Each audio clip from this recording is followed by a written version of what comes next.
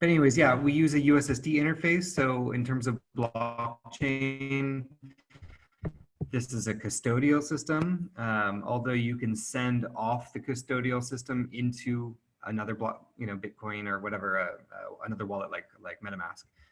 So sending kind of works like this. So you get a menu like this on a feature phone, so you don't need internet. You enter someone's phone number and the amounts and a password, and both parties get a receipt.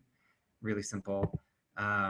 In terms of connecting communities together, years ago we were using some bonding curves from Bancor, and we kind of stopped doing that. Now the idea is around just letting people to have multiple tokens in their wallet, and then they decide how they're going to exchange them or not.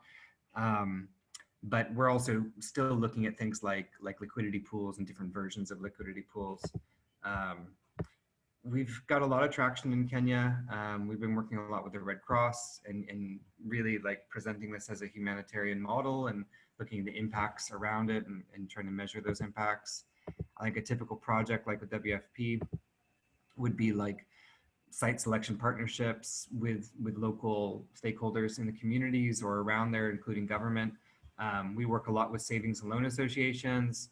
We work on asset development, like the farm I showed you earlier, or other types of like cooperative businesses that are sort of anchored the CIC along with the rest of the community, and then spreading and outreach, and usually some second stage of asset development, and then review and monitoring. So this is the kind of thing where there's some sort of initial investment or aid support into some kind of asset. There's a multiplier effect around people being able to tap into their own abundance and trade with each other and create credit against their future production. So there's this trade going on. And then eventually additional support can come in as well. Like UNICEF wants to reward people who are youth, for instance. And so I mean, this is, looking at how aid works. There's a lot to talk about in this. There's a lot of projects coming up all over the world. Our biggest one's in Cameroon right now.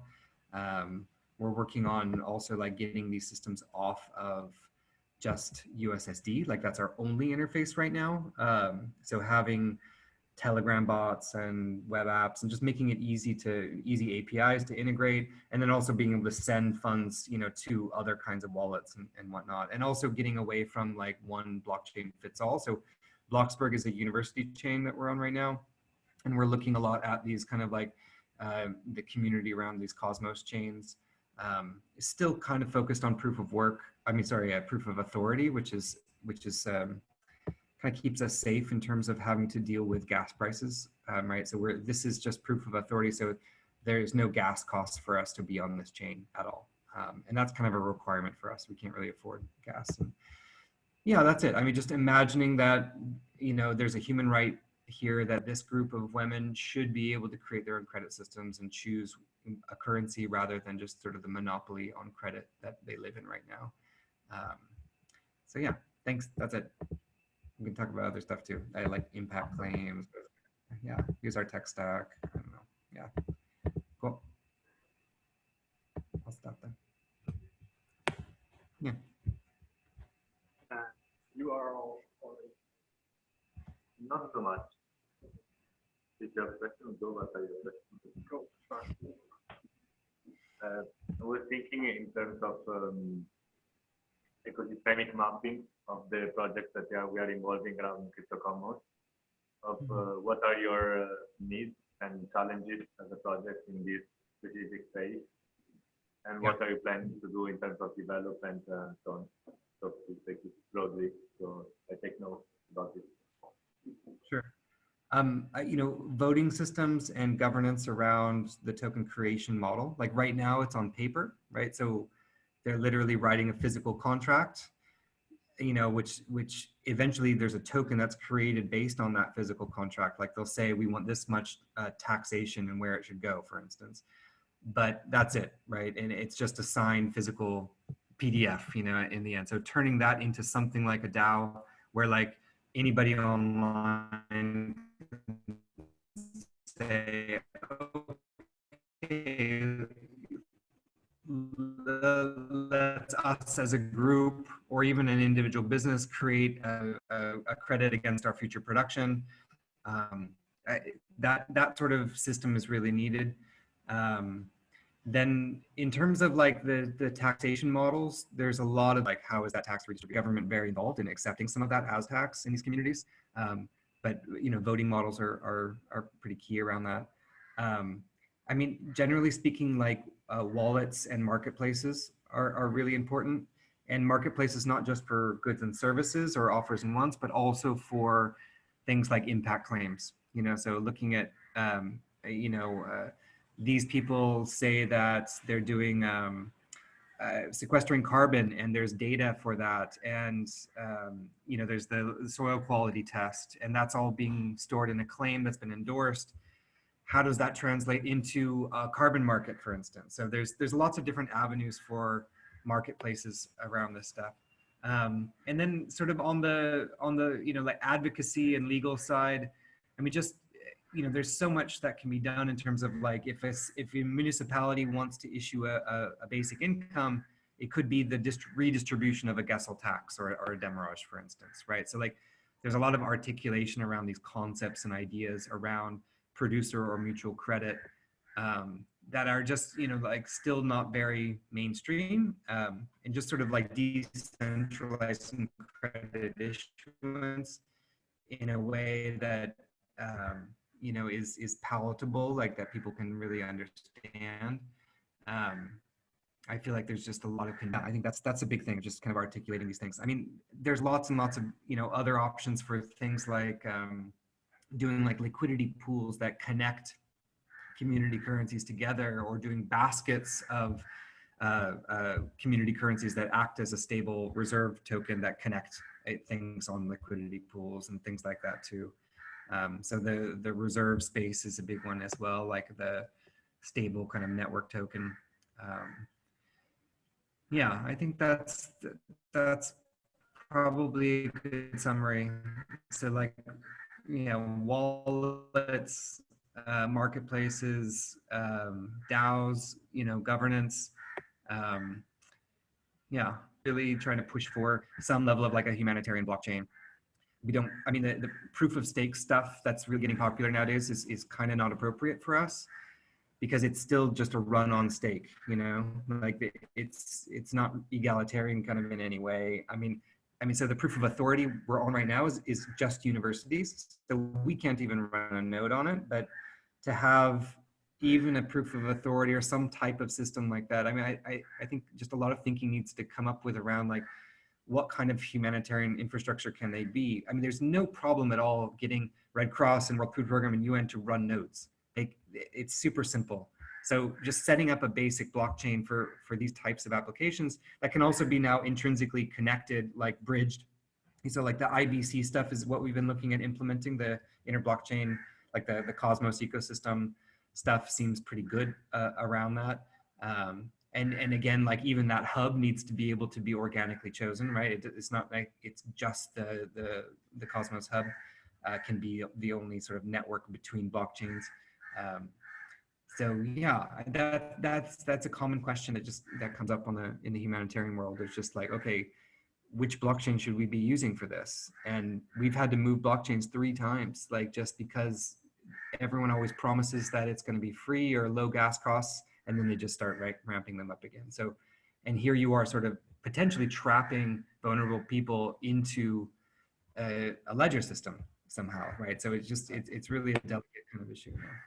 Yeah. What about the Cardano chain? I'm curious, because they are focusing on Africa, for example, in the future, and also now they are having some deal with governments, like in Ethiopia.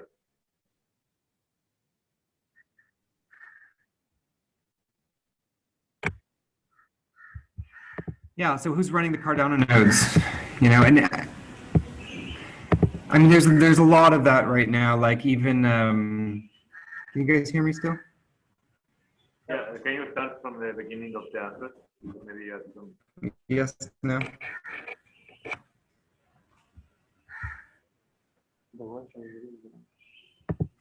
I don't know if you can hear me. I was going to say that like Celo and Cardano and Tezos and all these chains, I mean, XDAI, Fuse, they would all love to have 1 million vulnerable people using their system. And there's just no real local ownership. I mean, basically, they're still massive kind of for-profit companies run by the node owners, right? And so if there's no representation of actual vulnerable people among those nodes, it's, you know, you're in a rent-seeking infrastructure, right? Even with Cardano, even with all of these chains. So I haven't seen a solution for that. And you know, even today I was talking to a guy in Afghanistan. He's like, "Oh, use Tezos," and I'm like, "Well, finally, why?" And it's like, "Oh, his brother runs a node on Tezos, or he has a bunch of Tezos coins." Like, Right. that seems to be the entire space right now, and it's just so frustrating. I mean, this is aware of? Early on, I was, you know, yeah, go ahead. Are you aware of Holochain? Holochain? Yes. You say, yeah, I think it's awesome. Again, there's this, I mean, I've been waiting for 15 years. I mean, Art Brock keeps telling me every single year that it's going to be ready. So in the meantime, application-specific small blockchains is pretty much what they're describing if they're connected together, right? So that's pretty much exactly like edge architecture, you know, peer-to-peer systems is what Cosmos is doing already. And listen, like, we're dealing with people that are on feature phones, right? So they're not going to be running nodes. They don't even have a smartphone. So where are we? You know what I mean? It doesn't, yeah. So they sound amazing, and there's so much hype that yeah. Yeah, I'm just getting a sense for what your overview of the space is. I had another question. How do the sort of the NGOs and international organizations and UN and so on, how do they like psychologically relate to these projects? Like, do they see these things as like we're coming in and like airdropping support and like sort of wanting to meet certain personal or like institutional requirements, or do they see themselves more like a service organization that's enabling local ownership of solutions to flourish? Like, because you can see this often happening, that these organizations come in, they create some structure that of course they themselves build or they themselves like design, and then either they leave again or it falls apart, or they have an influx of economic resources, but then that dries up again, and then sort of have this collapse again. So how do your projects relate to those institutions, and how does that relationship look like from their end psychologically, or how do they see themselves?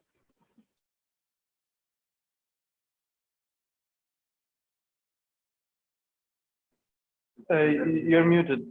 Yeah, you're muted. I think there's also a delay.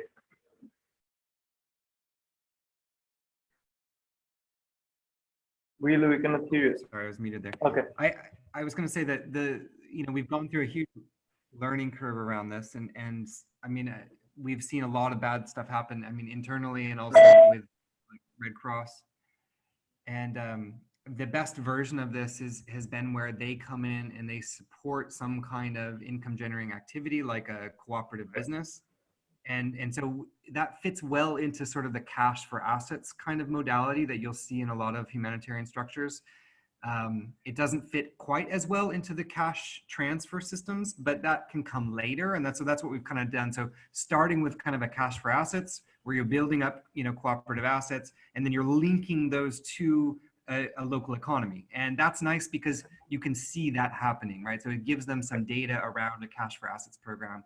And then finally, like if there's a crisis or there's extra support that wants to be given, that can be given kind of parametrically, right? Like they can look and say, oh, let's you know, give to, because everyone's got a wallet now, they could accept some XYZ impact token or USDC or whatever Red Cross wants to airdrop on people. They could still do it because it's a multi-token wallet anyways, right? So they can have their local community inclusion currency built around local assets, just as it is, right? And then you can have another token coming in, or even M-Pesa or, you know, e-money systems coming in that is based on, you know, what's actually going on. So that kind of like two-sided approach to say, let's develop local communities. Let's let communities do that themselves, municipalities.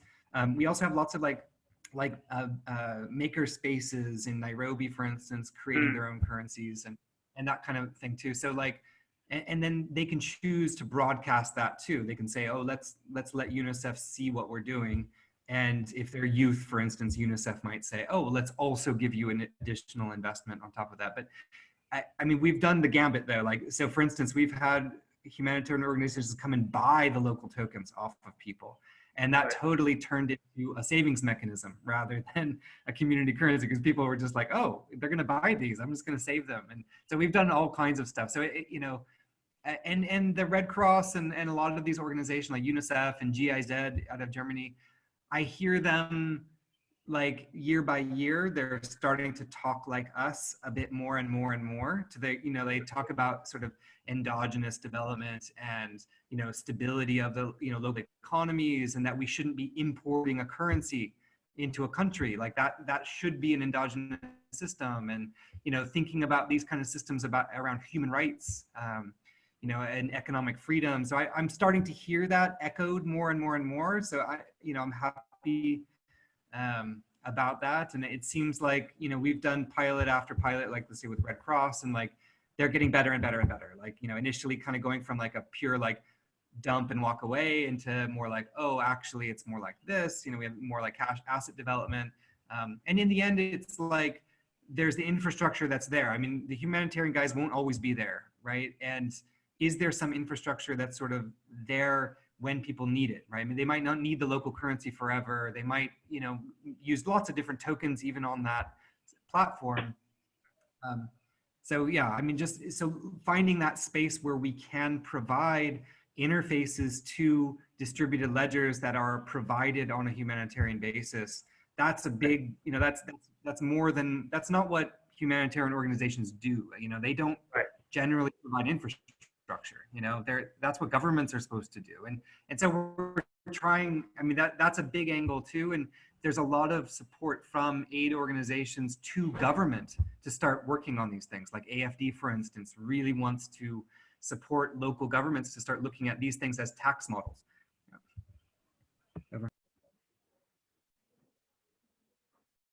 Thank you. I had a question regarding your structure.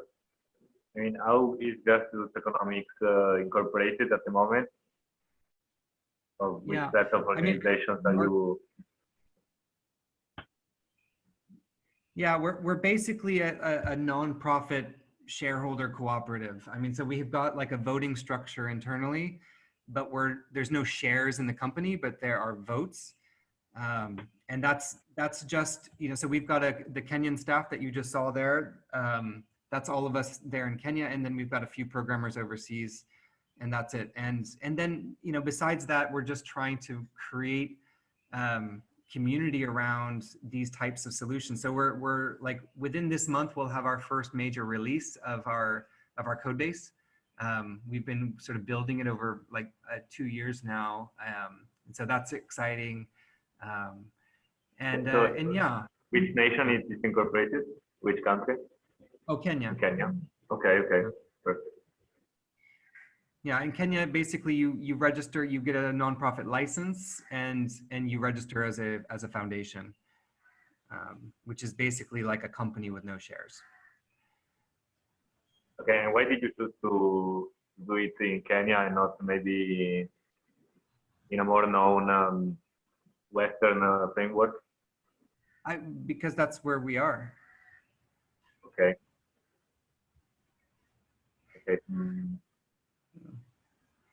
I mean, you know, and ideally, I mean, the way we've kind of seen this space is that as more and more people are using these types of systems of producer and mutual credit systems, that, you know, going in and helping with the training, helping with software customization and interfaces and marketplaces, and that, you know, basically just being of service to that industry has kind of been our goal.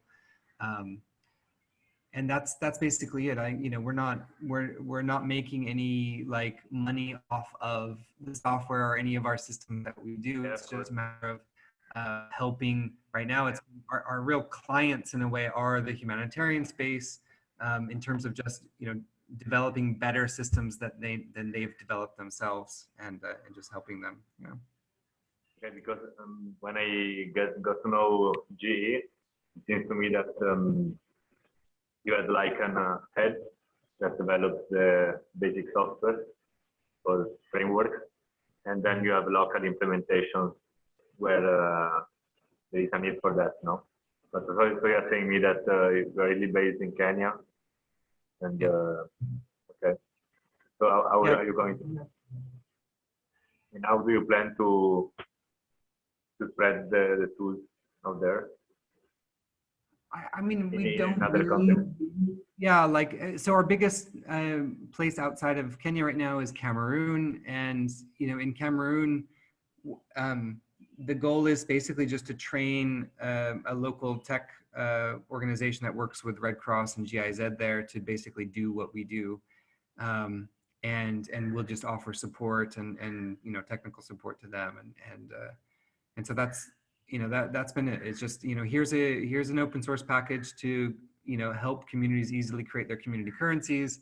It's a custodial system, meaning that, you know, the private keys are under custodialship. I mean, they're encrypted and it, you know, hard to get to them, but still, like, that's a really, you know, important role. And then ideally move on to less and less custodial systems, or, you know, fully non-custodial systems over time. Hopefully even by the end of this year have some of that there. But yeah, it's just meant to be, you know, open source tooling, right? And we've built a lot of cool adjacency tooling around this stuff too. We've got a few really amazing developers that are just, you know, mostly just volunteers that are you know, just passionate about the concept of just giving people these tools to create their own systems. Okay, so you're not going to develop it as a sort of open source software cooperative, but more as a voluntary movement of people organizing grassroots? No, it's just, so we've got we've got two open source repos. One is on GitLab, and we've got a lot of contributors from all over the world on it. Here, I'll show you. I'll put it on the chat here. But so there's one that's GitLab, Grassroots Economics at GitLab. Here, I'll see in the chat. I know you have repos on GitHub. I was thinking about you were thinking of a business model around open source software you're producing without privatizing knowledge, but providing support to the communities in need. Something like that. But it was that sounds good. I mean, what we've done in a lot of places is just give people as much training as they need to do that. I mean, you know, it could be that we end up doing some kind of like certification course around, you know, specific elements of this, like, you know, operating, you know, the front end, back end, you know, community integration work and things like that. Like that would, I mean, that's kind of what we've done with Red Cross. Like, we've got training manuals for their staff. We've got, you know, all kinds of games and stuff like that we've developed and play, you know, with the communities and whatnot. So it's more just getting that information out there. I don't think we're great at sort of like, you know, we don't really have like a community organizer like the Common Stack guys or things like that. We're more just, you know, trying to see what works and still kind of iterating on, you know, we have our first major, you know, release of the software, and then like the social procedures and all that kind of stuff around it as well. And we've just been keep iterating on that for 10 years now. And so we've got some systems that seem to work pretty well in different contexts. So it's just a matter of like, from my point of view, just getting that information out there so people can use it. We don't need to be, you know, like useful everywhere in the world. I'm hoping that, you know, it's like if there's a program starting in like El Salvador that they're not going to call us, that, you know, Theodoro could go down there or somebody, you know what I mean? Like there would be enough people to say, oh, okay, we've seen similar systems like this before. And so I think, you know, developing that knowledge base is really important. Okay, thank you very much. I don't know, do you have any questions more? No. Okay, because you know each other very well. Just to let you know, Will, now tomorrow we are having a serious discussion about how to structure the Crypto Commons Association, making it shared governance between the organizations that we called the event. And also Grassroots Economics is included in this discourse, of course, if you want to. And so we'll let you know how it goes. Okay. And awesome. then we are also having a workshop on collaborative funding research Okay. in order to better find the public fundings or crowdfunding and so on. So a last question for me is regarding funding. How are you getting, what is your funding research structure if there is, or how are you looking for funding? So what we did was kind of like, I mean, to some degree, kind of like ambulance chasing, right? Like, so there's so many, I mean, you don't really have to chase ambulances here necessarily in Kenya, but like there's so many failed development projects everywhere. So we would go into places where Red Cross had failed or you know, left with, you know, they'd put this much money in, but they had no results. And the same with like World Food Program. And we would just go and fix those programs, right? And make them sustainable. And we just did that a village at a time. And we just kept showing our results for years and years, and eventually getting people to come do studies, you know, publishing papers. So, you know, 10 years of kind of, you know, ambulance chasing. Ambulance chasing sounds horrible, but you get the idea of just, you know, like finding problems and fixing them and showing the results. And, you know, I mean, starting that with an input of, you know, cash that I had from being a programmer in the past of, you know, a few $100s, and then you know, eventually fighting for people's rights, and you know, going to jail was one way that we got a lot of you know, like support from organizations like DUIN. So I mean, you know, grassroots advocacy and whatnot, you know, it takes a long time, but it works, and people, if you have evidence that you actually did something, that's the best way to approach funders, right? I mean, what else do you do? I don't know. I get that question quite a lot, and we've kind of recently, you know, gotten to the point. I mean, I would say up till I've sitting next to Jambi here.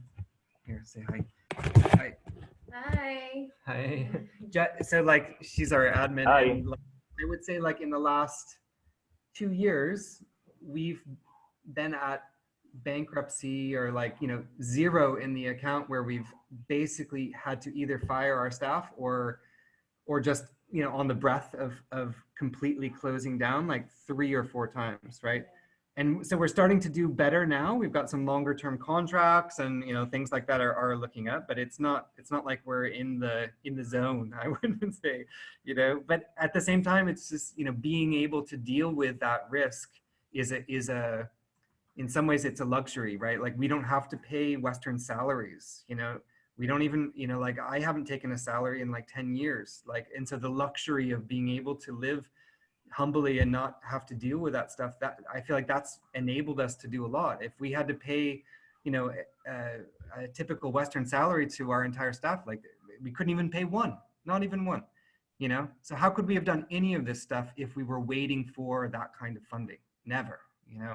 So I don't know how activism works in the crypto world, but, you know, like, getting young people to go out and say, hey, I can spend the next 5 years of my life just trying to do something stupid because I believe in it, you know? And I don't hear a lot of that in the crypto space. I would like to hear more of it. And that's how I got into this too. I was a Peace Corps volunteer, right? So just go live in a village for years. Okay, I'm gonna do it, you know, and figure out something, you know? And so this is that, I'm just still doing that basically. Good. Because I think, yeah, I understand your point, but now in terms of ecosystem, we are thinking about, for example, European funding, which is quite abundant, and there are specific markets for that. So you just need to put the resources to an agency looking for funding, and basically you find them. And so, yeah, I think I see that there are many funding for international cooperation, for example, or for international projects, and it would be good to hack them for the good. If it's not totally a burden for the organization. Yeah, yeah, totally. Norwegian government and the Dutch government are the biggest. I mean, and also the Danish, Danida, these guys. I mean, also, you know, GIZ. I mean, most of our funding comes from European states. We're not specifically EU in anything. Yeah. Good. Happy to help, guys, and happy to join forces and support in any way we can as well. Yeah, let's do it. Thank you, Will. Have a good day. I lost you there. Thank you. We let you have the proceedings of the event and also the recording. It's I very think the interesting. connections is too bad, guys. Here, Hmm. let's turn that off. I was saying that we are let you having the recordings of the event and the wrap up and all this kind of stuff. Cool, awesome. Yeah, and let me know specifically, you know, like I'm Theodoro and whoever, like, you know, there's too much there to digest necessarily. So the curation is a big important thing. So, and I feel like a lot of this stuff, like even with the common stack and token engineering commons, for instance, like literally there's just way too much going on for, especially for us here in Kenya to like keep up to date. And I know like I've upset Yeah. some of the people in that space